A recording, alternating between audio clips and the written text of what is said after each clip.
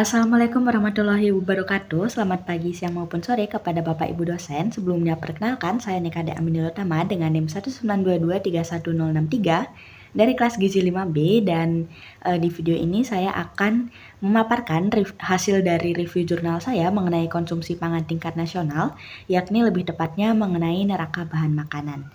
Nah, di mana neraca bahan makanan atau NBM ini sendiri itu sering disebut juga sebagai food balance sheet yang merupakan instrumen yang cepat dan juga terjangkau dalam memperoleh gambaran situasi pangan dan juga tren di suatu negara, di mana informasi yang diperoleh antara lain adalah pasokan pangan domestik seperti produksi, impor, dan juga perubahan persediaan, penggunaan pangan domestik seperti pengolahan, benih, pakan ternak, limbah, ekspor, dan juga lain-lain.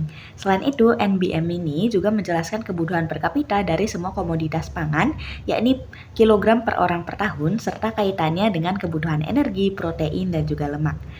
Adapun manfaat dari NBM sendiri, di mana salah satunya adalah untuk mengetahui penyediaan, penggunaan, dan juga ketersediaan pangan per kapita untuk konsumsi penduduk, kemudian untuk mengevaluasi pengadaan dan pemanfaatan pangan di tingkat nasional, menilai tingkat ketersediaan pangan berdasarkan rekomendasi kecukupan gizi dan juga pola pangan harapan atau PPH, menjadi acuan perencanaan produksi dan pengadaan pangan, menjadi dasar penyusunan kebijakan pangan dan juga gizi secara nasional.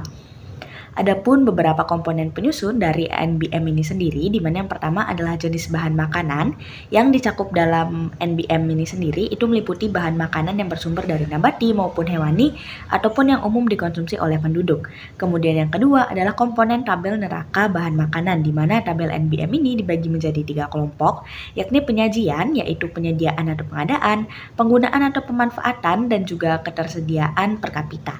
Adapun selanjutnya produksi yang tersedia dari masukan atau input dan juga keluaran atau output, kemudian stok dan perubahan stok yang mempengaruhi besar kecilnya penyediaan pangan, di mana perubahan stok ini merupakan selisih antara stok akhir tahun dengan stok awal tahun.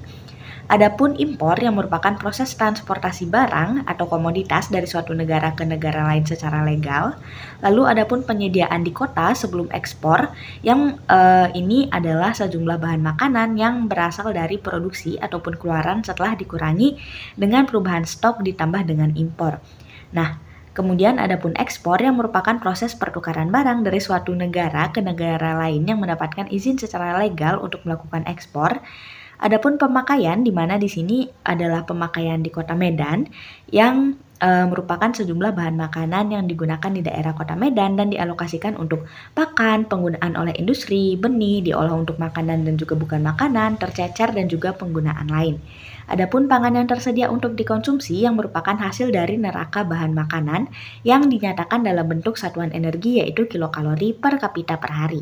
Adapun yang terakhir adalah ketersediaan per kapita yang merupakan sejumlah bahan makanan yang tersedia untuk dikonsumsi setiap penduduk suatu daerah dalam kurun waktu tertentu, baik dalam bentuk natura maupun dalam bentuk unsur gizinya. Namun hingga saat ini sayangnya data yang disajikan itu baru mencakup ketersediaan per kapita untuk energi, protein, dan juga lemak.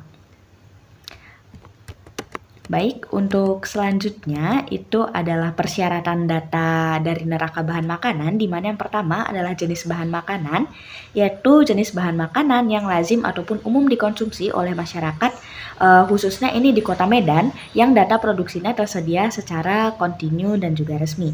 Kemudian yang kedua adalah data penduduk, di mana data penduduk ini merupakan data perseorangan atau data agregat yang terstruktur sebagai hasil dari kegiatan pendaftaran penduduk dan pencatatan sipil.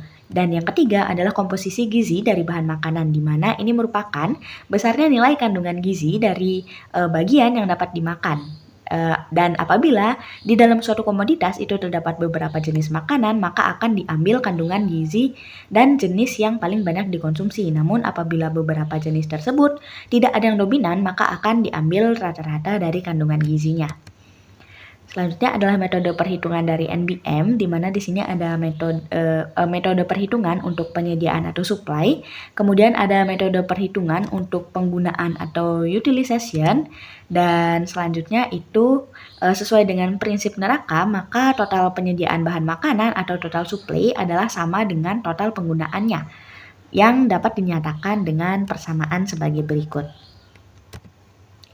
Nah, Selanjutnya adalah tantangan penyusunan NBM, di mana tantangan utamanya itu adalah keterbatasan data, terutama data produksi, perdagangan antar wilayah, dan juga penggunaan industri. Kemudian karena banyaknya pangan yang dikonsumsi masyarakat itu terkadang tidak memiliki data produksi yang lengkap, karena tidak diproduksi di wilayah tersebut atau diproduksi tapi tidak tercatat. Adapun cakupan komoditas dari NBM ini sendiri yang memang belum sepenuhnya menggambarkan pangan yang dikonsumsi secara real atau secara nyata, karena hanya komoditas dengan data produksi yang berkesinambungan yang dapat dimasukkan.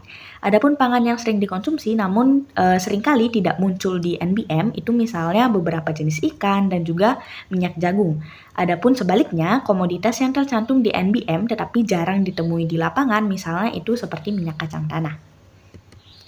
Nah, selanjutnya adalah kelebihan dan kekurangan dari NBM ini, di mana kelebihannya adalah ini merupakan gambaran pangan nasional yang lengkap dan juga komprehensif, kemudian mengikuti standar FAO sehingga bisa dibandingkan antar negara, cepat dan juga murah, kemudian menyediakan energi, protein dan juga lemak per kapita, kemudian berguna untuk perencanaan pangan dan juga impor, dan juga dapat memantau ketahanan pangan nasional. Adapun kekurangannya diantaranya tidak menggambarkan konsumsi aktual individu, kemudian tidak menunjukkan ketimpangan antar wilayah, tidak menghitung food waste rumah tangga, dan sangat bergantung pada kualitas data produksi dan juga perdagangan, serta adanya asumsi gizi yang tidak selalu sesuai dengan real consumption dan juga tidak bisa menilai perilaku konsumen. Baik, mungkin sekian hasil dari review jurnal saya mengenai neraka bahan makanan, khususnya neraka bahan makanan di Kota Medan. Mohon maaf apabila masih terdapat kesalahan. Terima kasih dan wassalamualaikum warahmatullahi wabarakatuh.